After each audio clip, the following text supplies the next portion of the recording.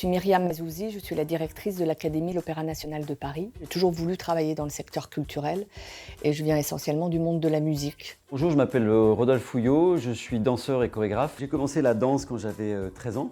Avant, j'avais fait beaucoup de rugby, donc rien à voir avec la danse. L'Académie de l'Opéra national de Paris est née en 2015 et avec Stéphane Lissner, le directeur de l'Opéra national de Paris, on a eu envie, on a souhaité créer un grand pôle dédié entièrement à la transmission pour former les artistes de demain et les artisans de demain. Et une autre grande mission, une mission d'éducation artistique. Donc l'idée, c'est d'être très attentif à ce que l'Opéra national de Paris soit ouvert à tous et aussi de former le public de demain. Si j'avais pas eu le soutien énorme de la logistique de l'Opéra de Paris, mais aussi de l'Éducation nationale, mais aussi de tous les professeurs, j'aurais pas pu réussir. Cette synergie, elle est importante pour y arriver. Chacun a une pierre à apporter à l'édifice.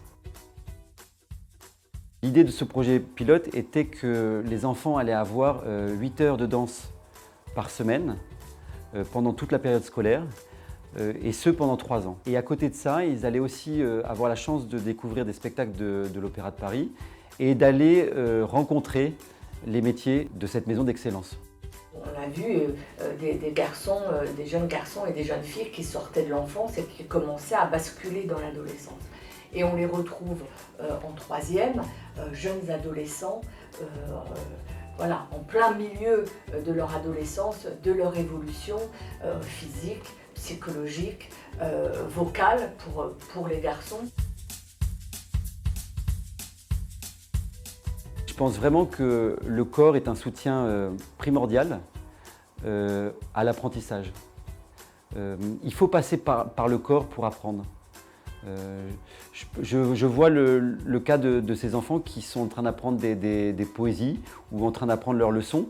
Dans la plupart des cas, ils sont en mouvement et que le mouvement est là pour les soutenir dans cet apprentissage. Donc on apprend par le corps plutôt que par cœur.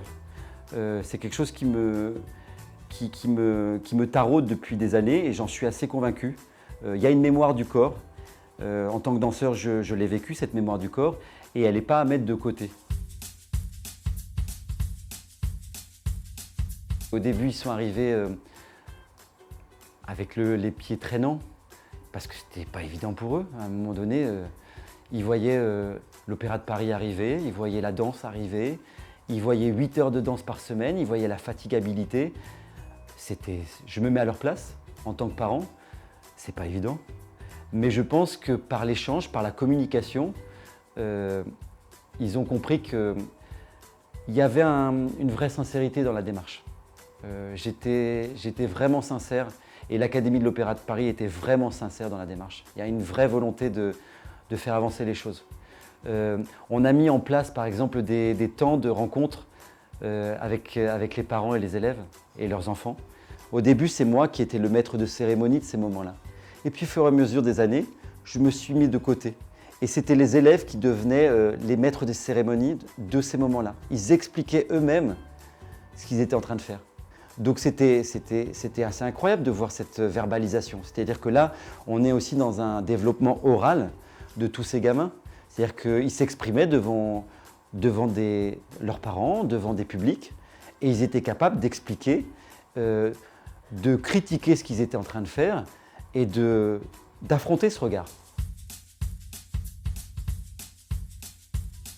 Il y a un réel échange qui se crée entre ces jeunes et entre moi-même. On se nourrit mutuellement. J'ai autant appris de ces gamins-là qu'ils ont appris de moi. C'est-à-dire que dans les développements que j'ai pu observer par rapport à tous ces élèves, le plus important pour moi, c'est que ces élèves sont devenus des individus ouverts sur le monde, avec une vraie sensibilité qui pouvait et qui pourrait les aider sur du long terme. La plus belle chose qui résonne encore pour moi aujourd'hui, c'est que ces enfants m'appellent de temps en temps pour me donner de leurs nouvelles, pour me donner aussi des nouvelles de leurs avancées à l'école, de leurs avancées dans la vie. Et je n'ai pas fait la demande de ça.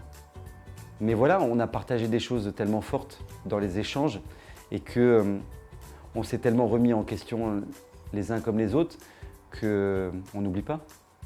Je me suis servi de mon passé d'élève aussi. C'est-à-dire qu'il y a quand même des professeurs dans notre vie qui nous marquent, voilà, qui font que on les oubliera jamais et que peut-être ces professeurs nous ont fait aimer l'histoire géo ou le français ou certaines matières et ils sont marqués dans nos cœurs pour toujours.